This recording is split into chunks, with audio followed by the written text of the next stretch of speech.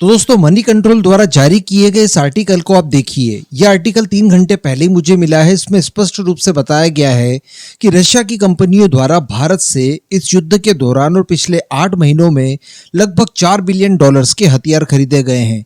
ये खबर कितनी बड़ी हो सकती है आप समझ ही सकते हैं। चलिए इस खबर को लेकर डिटेल में डिस्कशन करते हैं। आप इसी तरह की एक्सक्लूसिव खबरों के लिए खंडवा डिफेंस फैक्ट को सब्सक्राइब कर सकते हैं। तो देखिए, आज से 2 दिनों पहले सबसे पहले मैंने ही आपको बताया था कि भारत रशिया के बीच में जो क्रूड ऑयल को लेकर ट्रेड हुआ था, जिसमें भारत द्वारा लोकल करेंसी का इस्तेमाल किया था, तो उसी करेंसी को लेकर अब रशिया द्वारा भारत के अंदर इन्वेस्टमेंट शुरू कर दिया गया है। क्योंकि भारत और रशिया के बीच में वोस्त्रो अकाउंट की शुरुआत पहले ही हो चुकी थी। यानी हमारे आरबीआई ने कुल 22 देशों के साथ लोकल करेंसी में ट्रेड पॉसिबल हो पाए, इसके लिए वोस्त्रो अकाउंट्स की शुरुआत की थी।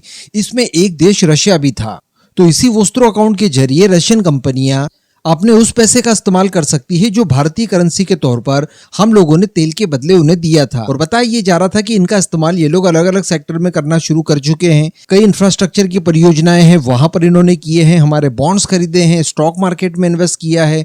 और कुछ समय पहले इस तरह की जो खबरें निकल कर आई थी कि भारत द्वारा ऑफर दिया गया है रशिया को कि जो हथियार हम आपसे खरीदते हैं, जो हथियार आप दूसरे कस्टमर्स को एक्सपोर्ट करते हैं या अपने खुद के लिए इस्तेमाल करते हैं, उनका मैन्युफैक्चरिंग भी आप भारत में कीजिए इन्हीं पैसों का इस्तेमाल करके।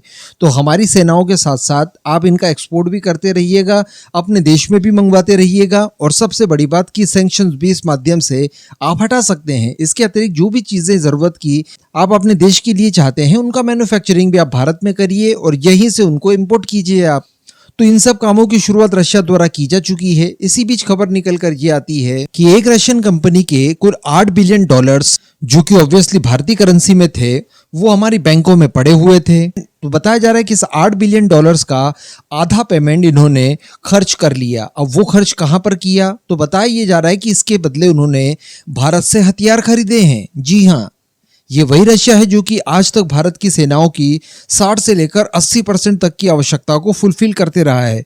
भारत दुनिया में हमेशा सबसे ज्यादा हथियार खरीदने वाले देशों में से एक रहा है और रशिया भारत को सबसे ज्यादा हथियार बेचने के मामले में टॉपर हमेशा रहा है। लेकिन आज चूंकि रशिया युद्ध में फंसा हुआ है, इस वजह से रशियन कंपनियां भारत से हथियार खरीद रही है, इस तरह का दावा इस रिपोर्ट में किया जा रहा है। इसी के साथ साथ आगे बड़ा अजीब तर्क दिया गया है कि इस कंपनी को एक्चुअली निवेश करने के लिए कोई दूसरे अवसर दिखाई नहीं दे रहे थे, इस वजह से ये काफी परेशान थे और बदले में इन्होंने हथियार खरीदने का निश्चय किया।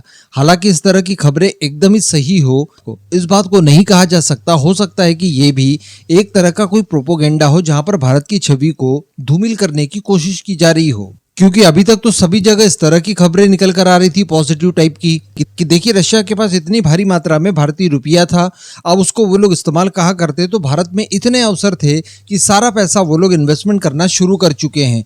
तो इससे भारत के रुपये की वैल्यू बढ़ सकती थी, दूसरे कई सारे और देश इन्फ्लुएंस हो सकते थे और भारत के साथ लोकल करेंसी में ट्रेड करते, उसके बाद जो पैसा आता उसे भारत के अंदर ही निवेश करते। तो इस तरह की चीज़ों को कहीं ना कहीं नज़रअंदाज करवाने के लिए इस तरह की चीज़ें की गई कि देखिए उन्होंने तो हथियार खरीदे हैं, इन्वेस्टमेंट नहीं किया है। आप समझ सकते हैं शायद जो मैं कहना चाहता हूं। अभी कुछ समय पहले तक इस तरह के आरोप लग रहे थे कि भारत द्वारा 155 mm आर्टिलरी शेल्स यूक्रेन को दिए गए हैं। इसके कई सारे फोटोज और वीडियोस वगैरह भी वायरल हुए।